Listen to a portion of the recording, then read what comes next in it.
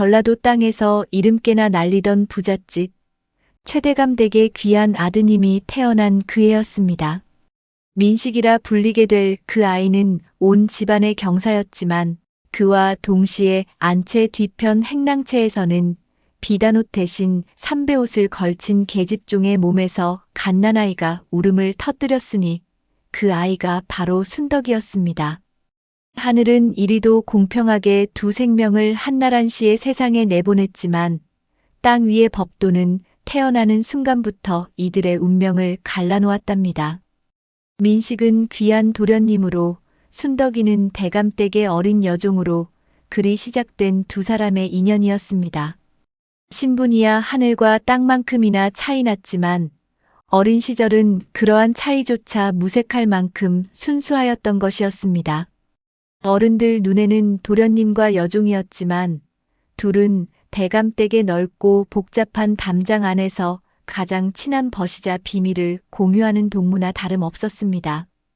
도련님은 성장하면서 순덕을 더 각별히 챙기게 되었는데 어머니 몰래 간식 바구니에 담긴 곶감 한 점이나 달콤한 육과를 품에 숨겨와 행랑채 마루 끝에 앉아 놀고 있는 순덕이에게 건네곤 하였답니다. 햇볕 잘 드는 쪽마루에 쪼그리고 앉아 곶감을 오물거리는 순덕이의 통통한 볼을 보면 도련님의 마음에도 따뜻한 온기가 스미는 듯 했습니다. 순덕아, 이거 너 다 먹어라. 도련님은 제 몫의 것마저 건네며 빙긋 웃었고 순덕이는 고사리 같은 손으로 곶감을 받아들고는 세상을 다 얻은 듯한 미소를 지어 보였습니다. 그렇게 세월은 흘러 도련님과 순덕은 어느덧 18꽃다운 나이가 되었습니다.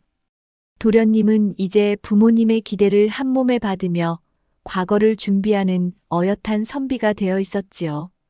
방 안에 틀어박혀 고서들을 탐독하고 밤늦도록 글 공부에 매진하느라 순덕이와 예전처럼 마음 편히 놀 수 있는 기회가 드물어졌습니다. 그의 얼굴에는 학문의 고뇌가 깃들었고 묵묵히 책을 읽는 그의 모습은 어린 시절의 개구쟁이 도련님과는 사뭇 다른 위엄을 풍겼습니다. 허나 그만큼이나 순덕이 역시 몰라보게 성장해 있었어요.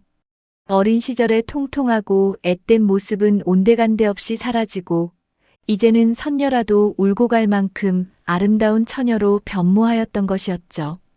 가녀린 허리 위로 봉긋하게 솟은 가슴은 잘 여민 저고리조차 버거워 보였고 물동이를 이고 걸을 때마다 출렁이는 탐스러운 엉덩이는 지나가는 남정네의 눈길을 잡을 만큼이나 풍만하였습니다. 대감댁의 남자 종들은 물론이요, 담밖을 지나는 젊은 사내들마저 순덕이의 고운 자태에 감탄을 금치 못했으니 그녀의 아름다움은 그야말로 피어나는 꽃봉오리 그 자체였습니다. 그러한 순덕의 여인다움에 가장 먼저 눈독을 들인 이는 다름 아닌 이 집안의 가장 어른 최대감이었습니다. 최대감은 40이 훌쩍 넘었으나 평소에도 여색을 밝히는 이였습니다. 그러다 보니 여인으로 성장한 순덕이 최대감 눈에 들어오는 것은 당연하였지요. 그러던 어느 날 순덕이가 물동이를 이고 지나가는 모습을 우연히 보게 된 최대감의 눈은 마치 사냥감을 발견한 맹수처럼 번뜩였습니다. 땀에 젖어 속살이 비치는 옷감 너머로 언뜻 드러나는 순덕의 풍만한 몸매는 최대감의 늙은 피를 다시금 끓어오르게 만들기에 충분했던 것이었습니다. 그때부터 최대감의 은밀한 시선은 줄곧 순덕을 맴돌았습니다. 순덕이 최대감의 눈에 띄기만 하면 그녀를 불러 세우곤 했지요. 순덕아, 오늘은 더위가 사람 숨을 앗아갈 듯하구나. 이 대청마루에 시원한 차 한 잔만 올려다오. 내가 내려주는 차 한 잔이 오늘따라 유난히 그려지는구나. 순덕이 최대감의 부름에 갈 때면 차를 따르는 손을 슬며시 쓰다듬으며 음흉한 마음을 비치는가 하면 그녀의 엉덩이를 힐끗거리며 점잖지 못한 웃음을 흘리곤 하였습니다. 순덕아, 올해 내 나이가 어떻게 되더냐? 네, 대감마님 올해로 18이 되었습니다. 이제 제법 여인의 향기가 풍기는 것이 혼이 날 나이가 되었구나. 어디 마음에 담아놓은 사내라도 있더냐? 대감마님, 소인 같은 것이 어찌 그런 생각을 하겠사옵니까? 그렇구나. 그럼 오늘 밤 내 처소에 자리끼를 봐주거라. 네, 대감마님. 그리하여 밤이 찾아오고 순덕은 대감마님의 분부대로 자릿길을 들고 대감의 방으로 들어갔습니다. 희미한 등잔불 아래 최 대감은 이미 잠자리에 들 준비를 마친 상태였습니다. 순덕이 조심스럽게 최 대감의 이부자리를 펴기 시작하자 최 대감의 시선은 순덕의 옷 고름 사이로 보이는 풍만한 두 가슴에 멈추었고 순간 침을 꿀꺽 삼키며 순덕의 몸에서 눈을 뗄 수가 없었지요. 그리하여 그 시커먼 속내를 내비치고 말았답니다. 순덕아, 내가 마음에 담아둔 사내가 없다고 하니 이 다음에 혼이 나면 서방이 좋아할 것을 알려줄 터이니 이리 가까이 오거라. 대감마님, 무슨 말씀을 하시는지요? 걱정 말거라. 아무것도 모르고 혼이 나는 것보다 알고 가는 것이 너도 좋을 것이니라. 최 대감의 숨은 속내를 눈치챈 순덕은 이 난처한 상황을 어떻게든 벗어나야 한다는 생각에 머릿속이 새하얘졌답니다. 겉으로는 아무렇지 않은 척 침착하게 움직였습니다. 대감마님, 이부자리가 따뜻하도록 잘 펴놓았사오니 편안히 쉬시지요. 순덕은 최대한 허리를 숙이지 않고 최대 감쪽을 바라보지도 않으며 빠르게 자릿길을 정리했습니다. 그녀의 마음속은 온통 이 방을 벗어날 궁리로 가득했습니다. 최대감은 이불을 펴는 순덕의 뒤태를 음흉하게 훑어보았어요. 특히 허리를 숙일 때 옷고름 사이로 드러나는 풍만한 가슴은 최대감을 더욱 흥분하게 하였어요. 그리하여 최대감은 그런 순덕의 손을 덥석 잡아 이불 위로 잡아 끌었습니다. 깜짝 놀란 순덕은 그만 최대감의 손을 뿌리치며 외쳤어요. 대감마님 소인 같은 미천한 것이 어찌 대감마님의 이부자리에 들어갈 수 있겠사옵니까? 허허, 내 마음씨가 곱구나. 헌데 말이다. 순덕아, 내가 알려줄 것이 있으니 걱정하지 말고 이리 오너라. 대감마님, 쇳내는 그저 대감마님 심부름이나 하는 미천한 몸종입니다. 허허, 내가 주인의 말을 어길 셈이냐? 이렇듯 최대감과 순덕이 실랑이를 벌이고 있을 무렵 그때 마침 학당에서 늦게까지 글을 읽고 돌아오던 민식은 사랑채 앞을 지나던 중 문틈으로 새어나오는 희미한 등불 아래 최대감의 목소리가 들려옴을 들었습니다. 처음에는 그저 대감마님의 거처를 조용히 지나치려 했으나 이내 이어지는 목소리가 너무나도 익숙하여 발걸음을 멈출 수밖에 없었던 것이었죠. 순덕아, 내가 줄이라도 틀어봐야 내 말을 고분고분 듣겠느냐? 아이고, 대감마님. 소인의 몸이 더럽사옵니다. 대감마님 이부자리가 더러워질까 염려되옵니다. 순덕이의 목소리는 금방이라도 울음을 터뜨릴 듯 가늘게 떨리고 있었습니다. 걱정 마라. 순덕아, 이리 가까이 오너라. 오늘 밤 너를 천국으로 보내줄 터이니 최대감은 억지로 순덕을 끌어당기려 했습니다. 순덕은 필사적으로 몸을 빼려 애썼지만 대감의 완력은 어린 여종의 힘으로는 감당하기 어려운 것이었죠. 도련님의 눈은 순식간에 휘둥그레졌습니다. 그의 온몸에 피가 거꾸로 솟는 듯한 분노와 함께 알 수 없는 배신감이 치밀어 올랐습니다. 그가 여태껏 존경하고 따르던 아버지가 가장 친하고 아끼던 친구 같은 순덕이를 이토록 더럽고 추잡한 시선으로 탐하고 있었다니. 도련님의 주먹이 꽉 쥐어지며 굵은 핏줄이 붉어졌습니다. 아버지의 추한 본성을 직접 본 도련님의 가슴은 분노와 혼란, 그리고 순덕을 향한 연민으로 뒤섞여 요동쳤습니다. 그의 두 눈에는 뜨거운 불길이 피어올랐습니다. 아버님 소자 전영문안드립니다. 순덕을 아버지로부터 구하기 위한 도련님이 할 수 있는 최대한의 용기를 짜내던 순간이었습니다. 어험, 알았다. 물러가 쉬거라. 아버님 소자 드릴 말씀이 있사옵니다. 오늘은 피로하니 다음날 듣자꾸나. 아버님 미천한 소자 아버님의 해안을 빌리고자 하옵니다. 어흠, 들어오너라. 순덕이 너는 물러가거라. 그리하여 순덕은 도련님의 기지로 최대감의 품에서 벗어날 수 있게 되었지만 그날 이후 민식 도령의 마음은 하루도 편할 날이 없었습니다. 아버지 최대감의 은밀하고 음흉한 시선이 순덕이를 향하는 날이 갈수록 잦아졌던 것이었습니다. 그는 글공부도 손에 잡히지 않았습니다.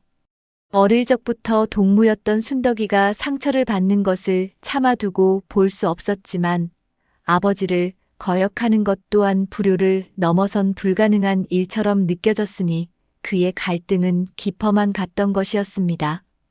민식 도령은 밤마다 잠 못 이루고 방 안을 서성였습니다. 어떻게 해야 순덕이를 이 상황에서 구할 수 있을까? 수많은 밤을 고민하고 또 고민한 끝에 그는 마침내 한 가지 방법을 떠올렸습니다. 위험하고 어쩌면 무모한 생각이었지만 달리 방도가 없다고 여겼던 것이었습니다. 초승달이 서산에 걸린 어느 깊은 밤이었습니다. 민식 도령은 그림자처럼 행랑채 순덕이의 방으로 향했습니다. 작은 쪽문 앞에서 인기척을 내자 웬일인지 잠들지 못했던 순덕이 조용히 문을 열었습니다. 도련님, 이 밤에 어인일이시옵니까? 민식 도령은 조심스럽게 방 안으로 들어서며 문을 닫았습니다. 등잔불을 낮추자 방 안엔 부드러운 어둠이 번졌고 두 사람의 그림자가 맞닿듯 늘어났어요. 그 순간 민식 도령은 순덕이의 가는 손을 살포시 잡아 자신의 불안을 고스란히 전하였답니다. 순덕아, 나는 내가 지금 얼마나 힘든지 알고 있다. 아버지의 시선이 얼마나 너를 옥죄고 있는지. 순덕은 민식 도령의 진심 어린 말에 놀라 고개를 들었지만 이내 부끄러움과 절망감에 다시 고개를 숙였습니다. 도련님, 소인같이 천한 몸을 그리 생각하여 주시니 송구할 따름이옵니다. 천하다니, 순덕아, 너는 내 오랜 벗이자 누구도 함부로 할 수 없는 여인이다. 나는 더 이상 너를 이리 두고 볼 수가 없구나. 민식 도령은 순덕이의 손을 더욱 굳게 잡았습니다. 순덕아, 내가 곰곰이 생각해 보았다. 이 집에서 도망을 가거라. 내가 몰래 여비를 마련해 줄 테니 아주 멀리 아무도 너를 찾지 못할 곳으로 떠나는 것이 어떻겠느냐? 민식 도령의 갑작스러운 제안에 순덕의 눈이 휘둥그레졌죠. 그녀는 도망이라는 생각조차 해본 적이 없었던 터였습니다. 도련님, 도망이라니요. 소인은 이 집의 종입니다. 도망치다 잡히면 죽임을 당할 수도 있습니다. 그럼 다른 사람에게 시집을 가는 것은 어떻겠느냐? 너에게 서방이 생기면 아버지가 너를 단념할 것이 아니겠느냐? 민식 도령은 필사적으로 순덕을 구할 방법을 찾으려 했습니다. 하지만 순덕의 얼굴에는 희망보다는 더욱 깊은 그림자가 드리워졌습니다. 그녀는 고개를 저으며 나지막이 말했어요. 도련님, 그 마음은 참으로 감사하옵니다. 허나 소인은 그럴 수 없사옵니다. 민식 도령은 이해할 수 없다는 듯 물었습니다. 왜 안 된다는 게냐? 도망을 갈 수 없다면 다른 사내와 혼인하여 이 지옥에서 벗어나면 되지 않느냐? 그의 목소리에는 답답함과 초조함이 섞여 있었던 것이었죠. 순덕은 민식 도령의 눈을 똑바로 바라보았습니다. 그녀의 눈빛은 아련한 슬픔과 함께 포기할 수밖에 없는 현실을 담고 있었어요. 도련님, 소인은 종년이옵니다. 주인 어른의 허락 없이는 어디에도 시집갈 수 없사온데 지금 상황에서 대감마님께서 허락하실 리 만무하옵니다. 순덕의 말은 종의 냉혹한 현실을 그대로 드러냈어요. 허락 없이는 아무것도 결정할 수 없고 혼인조차 주인에게 매인 삶이라는 사실이 민식 도령의 가슴에 깊이 파고들었지요. 그는 아버지를 거역할 수도 순덕을 포기할 수도 없는 처지에 놓여 절망과 무력감 속에서 진퇴양난에 빠지고 말았습니다. 아, 아버지께서 어찌하여 그의 머릿속은 복잡한 생각들로 가득 차 마치 거대한 수레바퀴가 엉켜버린 듯 했습니다. 하지만 민식도령의 순떡에 대한 애정은 멈추지 않았고 그렇게 고민하던 어느 날 민식도령은 마음을 굳힌 듯 조용히 대감의 서고로 향했습니다. 오래된 목판 냄새가 가득한 서고 한켠 굳게 잠긴 서랍 속에 감춰져 있던 순덕의 노비문서를 훔쳐냈습니다. 민식도령의 손에서는 종이 한 장이 천근만근 무겁게 느껴졌던 것이었죠. 그리고 지난 세월 글공부에 매진하며 겨우 모아두었던 노자와 안방 깊숙이 보관되어 있는 감나가는 어머니의 폐물 몇 개를 몰래 훔쳐냈습니다. 그 모든 것이 순덕이를 먼 곳으로 보내기 위한 그의 마지막 발버둥이자 가장 간절한 희생이었던 것이었습니다. 민식도령은 순덕이의 손에 노비문서와 노잣돈, 그리고 폐물을 쥐어주며 속삭였습니다. 순덕아, 멀리 가거라. 아무도 너를 찾지 못할 곳에서 부디 평범하고 행복한 삶을 살 거라. 노비문서는 태워버리고 이 폐물로 너의 새 삶을 시작해라. 절대로 돌아보지 말고 도망을 가거라. 된 일은 내가 알아서 할 터이니. 순덕은 민식도령의 말을 들으며 소리 없는 눈물을 쏟았습니다. 그리고 그녀는 최대감 댁을 떠났습니다. 뒤도 돌아보지 않고 오직 살기 위해, 오직 도련님의 간절한 바램을 지키기 위해 발걸음을 재촉했던 것이었습니다. 순덕이가 사라진 다음 날 아침, 최대감 댁은 그야말로 발칵 뒤집혔습니다. 노비문서와 폐물이 사라진 것을 안 최대감의 노기는 하늘을 찔렀지요. 특히 순덕이 도망쳤다는 사실에 그는 마치 제 귀한 물건을 도둑맞은 양 분노에 몸을 떨었습니다. 집안은 한동안 최대감의 노여움으로 살얼음판이었고 역졸들이 사방으로 풀려 순덕이를 찾아 헤맸습니다. 그러나 민식도령의 간절한 부탁과 눈물 어린 호소에 어머니 이씨 부인은 최대감을 설득해야만 했습니다. 여보, 순덕이 그 아이를 민식이 도와서 도망을 치게 한 것 같아요. 그러니 아들을 봐서라도 순덕을 찾는 일을 이제 그만하시고 요여움을 푸시어요. 노비 문서까지 없앤 걸 보면 단단히 마음을 먹은 것 같아요. 아니, 그 녀석이 왜 안 하던 짓을 하고 그러나? 민식이 순덕이와 정분이라도 난 것이오? 정분이 났으면 둘이 같이 떠났겠지요. 순덕이 혼자 보낸 걸 보면 정분은 아닌 것 같아요. 걱정하지 마세요. 당신 아들을 그렇게 못 믿어요? 이씨 부인은 대감의 노여움을 풀어주기 위해 민식이 훗날 혹시라도 과거에 합격하여 가문을 빛낼 아들의 앞길에 혹 작은 흠이라도 생길까 싶어 순덕이의 일을 대수롭지 않게 덮자고 대감을 설득하였던 것이었습니다. 결국 최 대감은 혹시나 아들의 앞날을 생각하여 이씨 부인의 설득에 못 이겨 순덕의 일을 덮기로 하였답니다. 그렇게 순덕이 떠난 후 세월은 강물처럼 흘렀습니다. 최대감 댁은 겉으로는 평온을 되찾은 듯 보였지만 민식도령의 삶은 순덕의 그림자처럼 점차 쓸쓸해져 갔습니다. 그는 학문에 더욱 매진하며 문과 시험에 응시했으나 어찌된 영문인지 번번이 낙방의 고배를 마셨습니다. 처음에는 일시적인 불운이라 여겼지만 해를 거듭할수록 그의 어깨는 짓눌렸고 얼굴에는 깊은 시름이 가득했던 것이었지요. 설상가상으로 최대감의 가세도 조금씩 기울기 시작했어요. 무리한 투자와 주변 친척들의 사기로 인해 명문대감 댁의 위세는 예전 같지 못하게 된 것이었습니다. 저택은 노비가 거의 없어 텅 빈 듯했고 한때 풍요롭던 살림에도 메마른 기운이 감돌기 시작했어요. 민식도령은 가문을 일으켜야 한다는 압박과 계속된 실패 사이에서 마음이 점점 갈라져 나가는 듯한 고통을 느꼈답니다. 그러던 어느 날 평화롭던 조선 땅에 거대한 전운이 드리웠습니다. 멀리 바다 건너에서 쳐들어온 왜군이 전라도 일대를 쑥대밭으로 만들고 있다는 비보가 들려온 것이었지요. 순식간에 평온했던 삶은 아비규환으로 변했습니다. 최대감과 그 일가는 부랴부랴 짐을 꾸려 북쪽으로 피난길에 올랐습니다. 불타는 마을과 살기 등등한 왜군들의 함성 속에서 피난민들의 행렬은 끝없이 이어졌습니다. 아우성을 치며 앞다투어 달아나는 사람들, 울부짖는 아이들의 울음소리, 아수라장 속에서 제 한 몸 건사하기도 버거운 처지였습니다. 혼비백산한 피난길 속에서 민식도령은 한순간 가족과 헤어지고 말았던 것이었지요.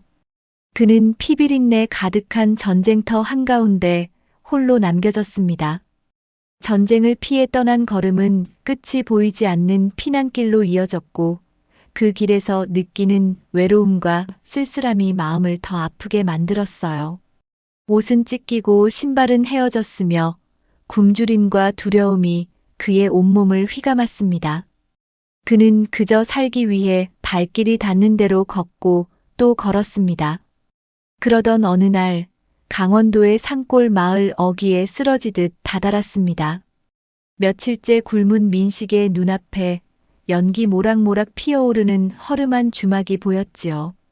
따스한 국물 냄새가 코끝을 스쳤지만 가진 것 하나 없는 그는 문턱조차 넘지 못했습니다.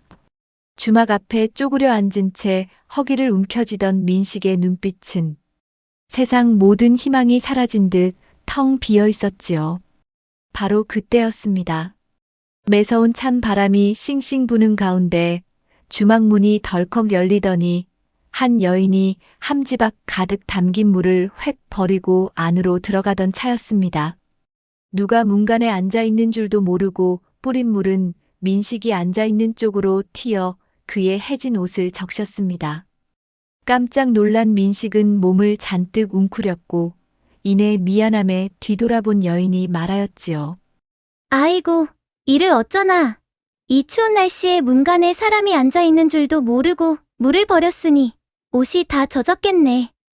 늘 그렇듯 아무 생각 없이 뿌린 물이 사내의 옷을 적시자 여인은 미안함에 말하였지요. 민식은 간신히 고개를 들어 여인을 올려다보았습니다. 등 뒤로 비치는 희미한 석양을 등진 여인의 모습은 어쩐지 모르게 아련한 그리움을 불러일으켰습니다.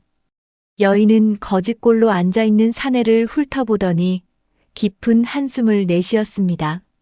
딱 보니 이대로 두면 오늘 밤을 넘기지 못할 몰골이구먼.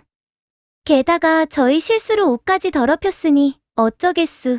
전쟁통에 여기저기 죽어나가는 사람이 많아도 산 사람은 살아야지. 전쟁을 피해 오셨나 본데 안으로 들어오시오. 따뜻한 국밥 한 그릇이라도 대접할 터이니. 민식은 자신의 귀를 의심했습니다. 먹지 못한 지 오래라 환청인가 싶어 얼떨떨한 표정으로 여인을 바라보았죠. 그는 간신히 몸을 움직여 주막 안으로 들어섰어요. 허름한 주막이었지만 깨끗하게 정돈된 실내에서는 구수한 국물 냄새와 사람 사는 온기가 느껴지는 듯 했습니다. 여인은 따뜻한 아랫목에 그를 앉히더니 곧 커다란 놋새 그릇에 김이 모락모락 피어나는 국밥을 가득 담아 민식의 앞에 놓아주었습니다. 그의 눈앞에 놓인 보리밥과 뽀얀 국물은 그야말로 꿈속에서나 그리던 진수성찬과 같았어요. 여인은 민식의 수염으로 뒤덮인 얼굴과 깊어진 눈매를 한참 동안 유심히 바라보았습니다.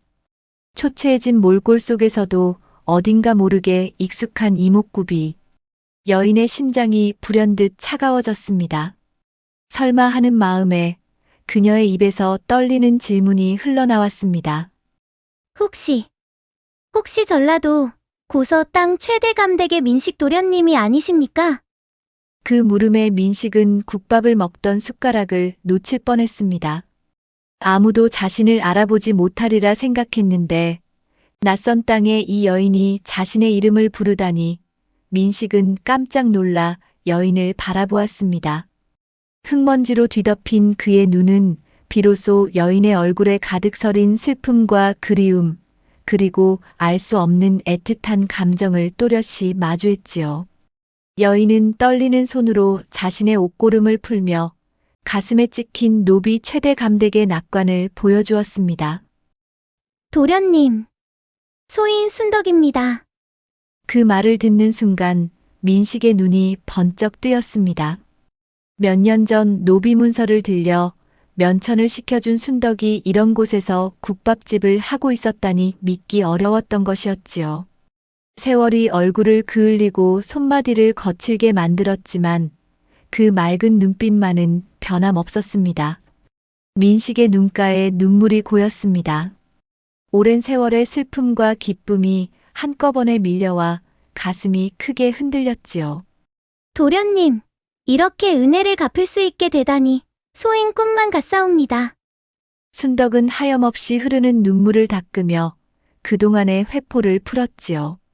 그리하여 민식은 순덕 덕분에 전쟁터에서 살아남게 되었고 그녀의 보살핌 속에서 그는 서서히 기력을 되찾았어요. 어느 날 저녁 순덕은 민식이 낡은 책을 펼쳐놓고 한숨을 쉬는 것을 보았습니다. 도련님, 글을 읽으시다 한숨은 왜 그리 쉬시는지 여쭤봐도 될까요? 혹 무슨 걱정이라도 있으신지요? 혹시 제 국밥이 이제 맛이 없는지요? 순덕이 넉살 좋게 농담하며 물었습니다. 민식은 멋쩍게 웃으며 고개를 저었어요. 아니다. 순덕아. 내가 끓여주는 국밥은 세상에서 제일 가는 진수성찬이야. 다만 이 전쟁 통해 부모님은 살아계신지 또 과거 시험이 언제 치러질지 기약이 없으니 애써 공부해도 다 부질없는 일은 아닐까 싶어서 그만. 순덕은 민식의 옆에 다가앉아 그의 굳건한 어깨를 토닥였습니다. 도련님, 설령 시험이 치러지지 않더라도 배운 것이 어찌 쓸모 없겠습니까? 도련님께서 가진 그 깊은 지식과 고든 마음은 언젠가 빛을 볼 날이 올 것입니다. 조급해 마세요. 그리고 부모님은 전쟁이 끝나면 고향으로 내려가시어 소식을 전해 듣지 않겠습니까? 하지만 전쟁은 끝날 줄 모르고 이어졌으며 과거 시험 역시 언제 치루어질지 모르는 상황이었지요. 어느 날 밤 주마기를 마친 순덕이 민식의 방에 마주 앉았을 때였습니다. 민식은 순덕의 두 손을 조심스럽게 잡았습니다. 그의 눈빛은 흔들림 없는 깊은 사랑을 담고 있었지요. 순덕아. 나는 이제 더 이상 저 멀리 허황된 꿈을 좇지 않으려 한다. 민식의 목소리는 차분했지만 그 안에 담긴 결심은 단단했습니다. 순덕은 그의 말에 놀라 눈을 크게 떴습니다. 도련님, 갑자기 어이 말씀이 옵니까? 과거에 급제하시어 가문을 일으키신다는 그 큰 꿈을. 나에게 가장 큰 꿈은 이제 바로 내 옆에 있는 것이다, 순덕아. 내가 없는 삶은 내게 아무런 의미가 없을 것 같구나. 나는 내 덕분에 이곳에서 살아갈 용기를 얻었고 다시 사람답게 숨 쉴 수 있었어. 이제 관직도, 가문의 영광도, 이 모든 것을 버리고 그저 너와 함께 이 주막에서 평범한 사내로 살아가고 싶구나. 순덕은 민식의 진심 어린 고백에 가슴이 뭉클해졌습니다. 그녀 또한 그를 사랑했지만 도련님의 앞길을 가로막는 짐이 될까 두려워 감히 마음을 드러내지 못했던 것이었습니다. 그녀의 눈가에 뜨거운 눈물이 맺혔습니다. 도련님, 소인은 종년에 지나지 않습니다. 어찌 귀한 도련님께서 이 낮은 곳에서 저 같은 것과 함께 세상의 이목은 어쩌시려고요? 민식은 순덕의 눈물을 닦아주며 말했습니다. 순덕아, 나의 마음은 이미 오래전부터 오직 너만을 향하고 있었다. 신분과 명예가 어찌 우리 두 사람의 사랑을 막을 수 있겠느냐. 내가 아니었으면 아무것도 할 수 없는 나는 전쟁통에 굶어 죽었을 것이야. 내 덕분에 새로 얻은 목숨이니 이제 너와 함께 이 주막을 일구며 세상 사람들이 살아가는 것처럼 살아가고 싶구나. 결국 순덕은 민식의 진심을 받아줄 수밖에 없었던 것이었습니다. 두 사람은 마침내 서로의 사랑을 확인하며 한 이불을 덮는 부부가 되었답니다. 대감집 도련님이었던 민식은 이제 낡은 주막의 주인이 되었고 노비였던 순덕은 주막의 안주인이 되었던 것이었지요. 세상의 어떤 금전과 명예보다 귀한 사랑으로 맺어진 그들의 행복은 강원도 산골 주막에서 소박하지만 빛나는 삶을 시작했던 것이었습니다. 그 후로 몇 년의 세월이 흘렀습니다. 민식과 순덕은 자식까지 낳아 오순도순 행복한 가정을 꾸렸습니다. 주막은 민식의 지혜와 순덕의 넉살 좋은 경영 덕분에 나날이 번창하여 이제는 제법 큰 규모의 주막으로 자리 잡았답니다. 그들의 나이 40을 바라보던 어느 해 조정에서 전란 이후 무너진 민심을 추스르기 위해 과거를 급히 재개한다는 방이 붙었습니다. 동네는 잠시 술렁였지만 민식의 마음은 요지부동이었지요. 그는 이제 국밥집에서 장작을 패고 시래기나무를 다듬는 일에 익숙하여 소소한 삶의 행복을 느끼며 가족과 함께하는 소박한 나날이 편안했어요. 그날 밤 방에 들어온 순덕이 조심스레 입을 열었습니다.